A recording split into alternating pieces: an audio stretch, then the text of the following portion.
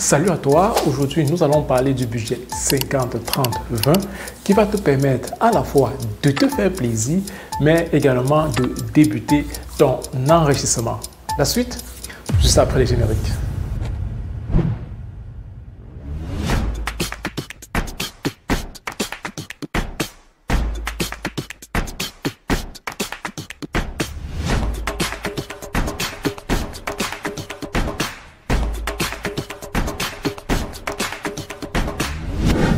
J'espère que tu vas bien, je suis Cédric, je suis le promoteur de la CEF Academy qui a pour mission de sensibiliser, de conseiller et d'accompagner toute personne désirant se bâtir un patrimoine financier et immobilier de qualité en Allemagne.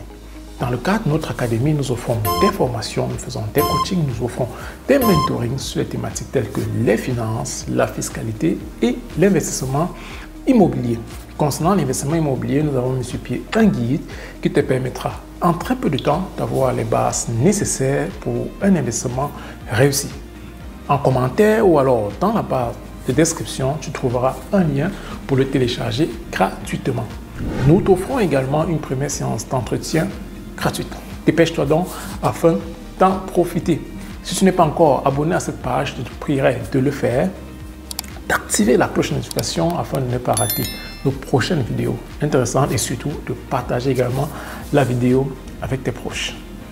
Tu as sûrement déjà entendu parler de cette règle qui vient de l'américaine Elizabeth Warren et de sa fille qui, après 20 ans de recherche, sont arrivés à la conclusion qu'on n'a pas besoin de beaucoup pour être en mesure d'optimiser la gestion de ses finances, pour être en mesure d'épargner, pour être en mesure de se faire plaisir. Elles sont donc arrivées à la règle 50-30-20 dont je m'apprête comme ça à partager, à t'expliquer à quoi ça consiste et comment toi également tu peux le mettre en pratique avec le salaire que tu gagnes à la fin du mois.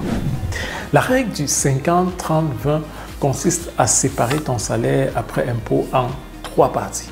Alors, la première partie, c'est 50%. 50% de ton salaire qui est destiné ici à tout ce qui est nécessaire, tout ce dont tu as absolument besoin pour vivre. Il s'agit de quoi ici? Il s'agit du loyer, dans les charges de loyer, il s'agit de la nourriture, il s'agit de l'électricité, de l'abonnement téléphonique et bien d'autres choses. Donc, il s'agit des choses dont tu as absolument besoin pour y vivre, des choses dont tu ne peux pas t'en passer.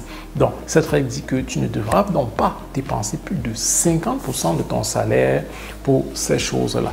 Ça veut dire que si on prend un exemple, si tu touches 2000 €, tu ne devrais pas dépenser plus de 1000 € pour ces choses indispensables. Donc, 50%, c'est pour tout ce qui est nécessaire pour y vivre. Ensuite, l'idée, c'est d'avoir 30% pour les choses qui vont te faire plaisir, pour tes envies.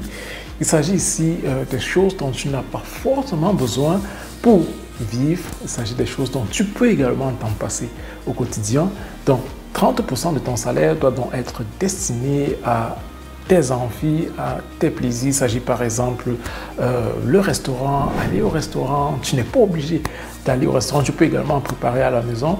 Il s'agit par exemple des abonnements dans des salles de sport, des abonnements Netflix, des dépenses pour les habits vestimentaires et bien d'autres choses. Là, il s'agit vraiment des dépenses dont tu n'as vraiment pas besoin absolument pour y vivre. Et là, c'est vraiment, comme dit de façon générale, des dépenses pour te faire plaisir. Ça voudrait dire encore que si je prends l'exemple des 2000 €, tu ne devrais donc pas dépenser plus de 30%, à savoir ici donc 600 € dans le cadre de plaisir, dans le cadre de tes envies. Donc, voilà ce que dit les 30%.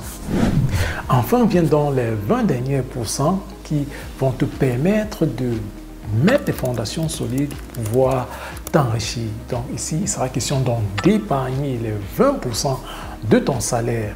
Alors, si je prends l'exemple tout à l'heure, les 2000 €, il sera question pour toi d'épargner au moins 400 € donc, par mois. Bien entendu, tu peux également aller au-delà si possible. Et quand on parle d'épargne, il s'agit ici naturellement de définir une stratégie en matière d'épargne parce que ce que tu dois savoir, c'est que pour épargner également de façon discipliné, il faudrait que, entre autres, par exemple, tu aies un compte pour les imprévus, parce que on le sait au quotidien, on a toujours des imprévus qui vont arriver. Ça peut être la machine à laver qui se gâte, ça peut être la voiture qui tombe en panne. Et là, si tu n'as pas un compte d'imprévu, alors tu ne seras donc plus en mesure de continuer à épargner, parce que tu vas donc utiliser cet argent pour pouvoir résoudre ce problème. Ça peut être également encore plus grave, tu peux perdre même ton travail. Et qu'est-ce que tu fais dans ce moment? Donc tu vois encore que là, tu seras coincé si tu n'as pas prévu d'argent pour pouvoir comme ça succomber à tout cela. Donc, il est très important, dans le cas des 20%, d'avoir vraiment également une stratégie d'épargne, une stratégie de compte bien définie. Dans le cadre de notre accompagnement, nous mettons des concepts comme ça sur pied pour pouvoir te discipliner, pour pouvoir comme ça déjà en amont avoir mis un paquet, un compte pour les imprévus et bien d'autres choses. Donc, les 20% sont destinés à être épargnés afin que tu puisses te bâtir déjà une base solide pour pouvoir comme ça demain investir. Il s'agit là comme ça donc d'une règle très simple que tu peux mettre en pratique, tu peux l'adopter en fonction de ta situation. Ça veut dire que tu n'es pas obligé de dépenser jusqu'à 30% pour te faire plaisir. 30% de ton salaire, tu peux dépenser.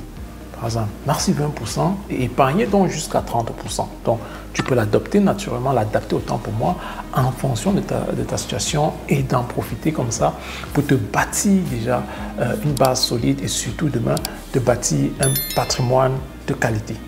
C'était Cédric, à très bientôt.